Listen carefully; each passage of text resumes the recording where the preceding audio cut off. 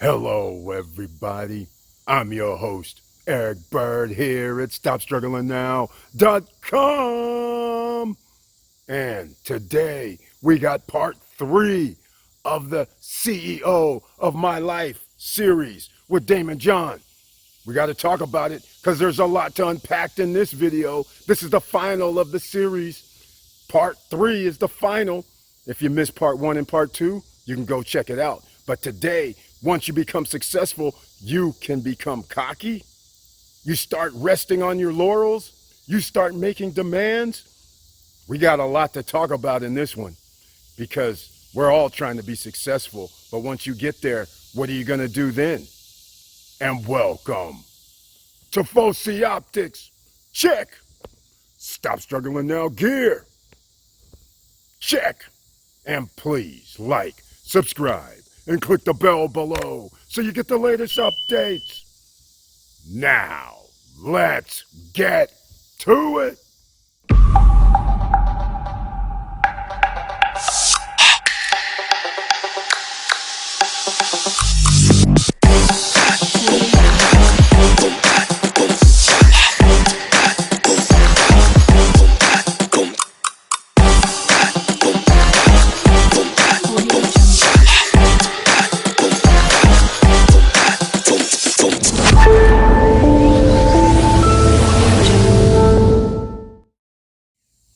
All right, welcome back.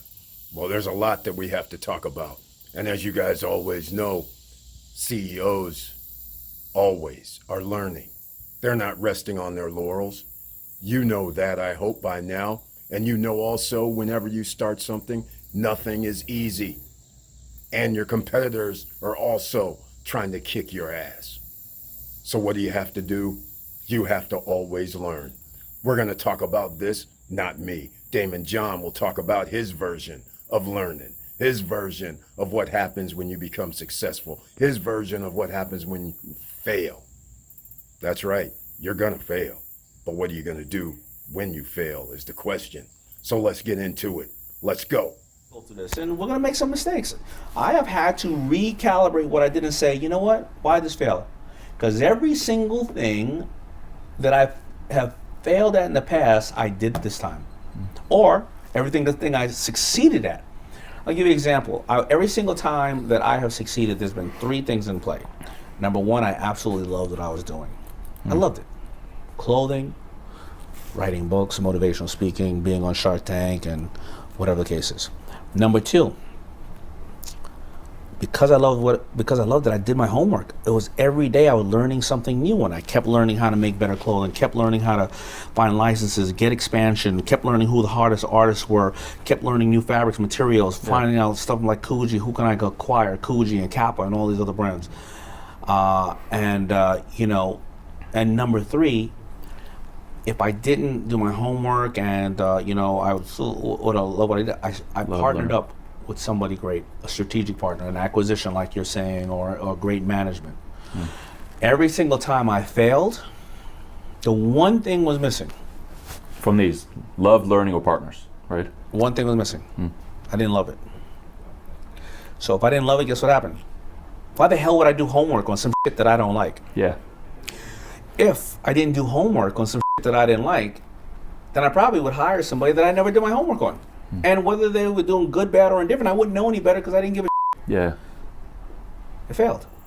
Well. Some of that stop struggling now mantra. Fintechs. You guys know what we're talking about here. We started talking about fintechs last year. Why?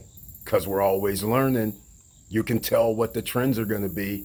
And that's why even Daymond John suggests always learning, always paying attention. And you have to be humble to be able to do that and take feedback and advice. Let's keep going. I mean knowing about how money and dollars and everything works. You got to remember, the old guard, not the new necessarily, but the only thing you're not going to learn from generally school is financial intelligence. Because there's no reason for a school to teach you financial intelligence Because you need to be able to take out $300,000 and $400,000 worth of loans when you get to this point. So how would I teach you to not be my customer? Yeah, I understand. Yeah. Right? So you're not going to learn financial intelligence there, Yeah. right? And financial intelligence is always about constantly understanding how things work, right? I was told, let me tell you one of my other stupid mistakes. I was told, jewelry retains value. Jewelry does not retain value. Yeah. Stones retain value. So if you buried a diamond in 1975 that you paid $100,000 for, you buried a diamond in the ground. Put it in the safe. Yeah. Let's not bury it in the ground. Diamond, $100,000, 1975, you put it in the safe.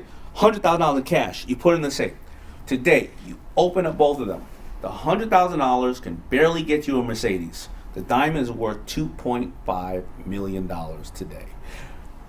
That is a stone. Now here's my understanding of financial intelligence when I first made money. I'm going to buy a $300,000 crusted out Fat Albert medallion. It's jewelry. Of course it's going to go up.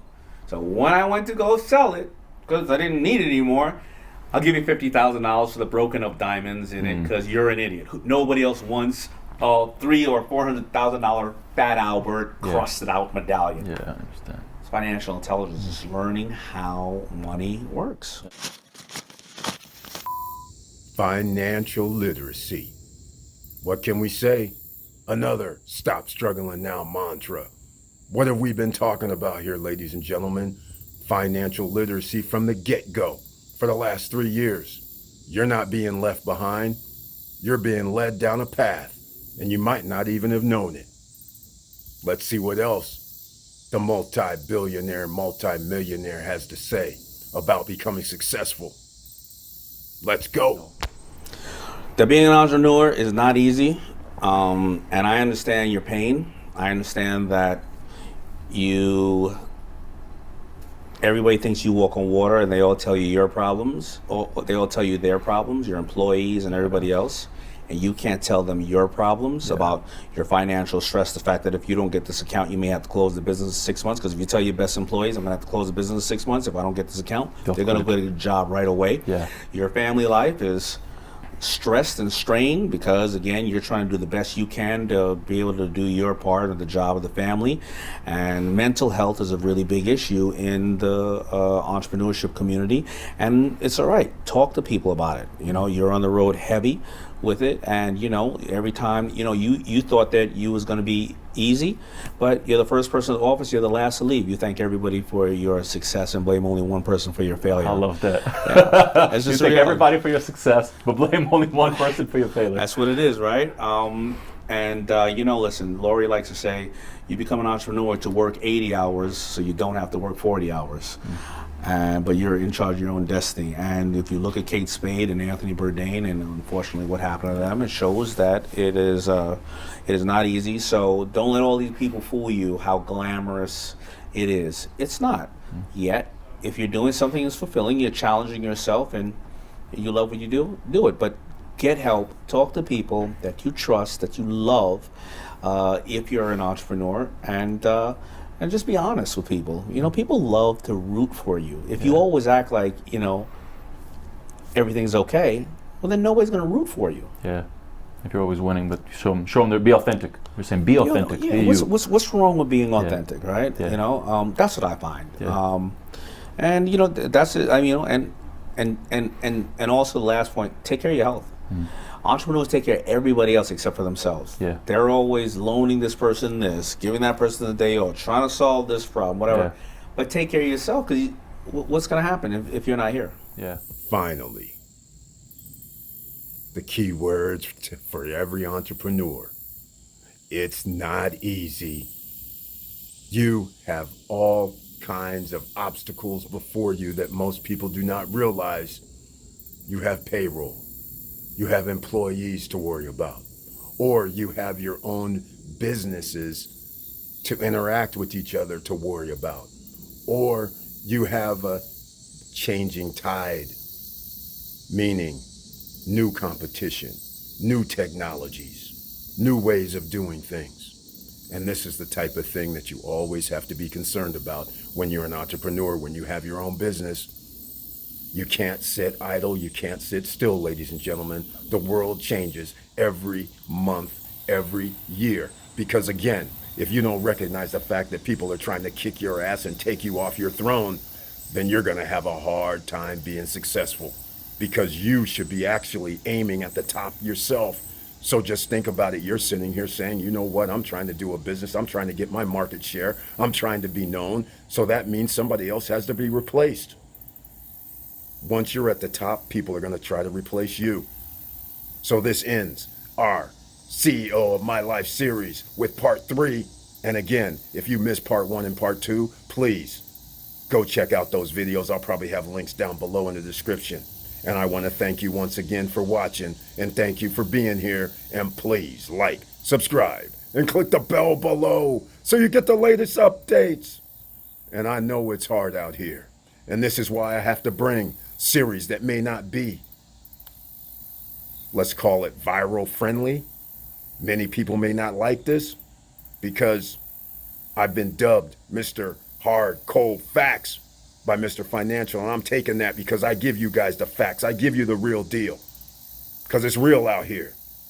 We're not talking about stuff in story tales, story books. We're talking about the real. And that's why if you ever need any help, ladies and gentlemen, this is the No Guru Zone. You can always send me a message to Eric at StopStrugglingNow.com, and I'll get back to you. No problem. And with all that said, keep your head up, keep moving, and I'm out.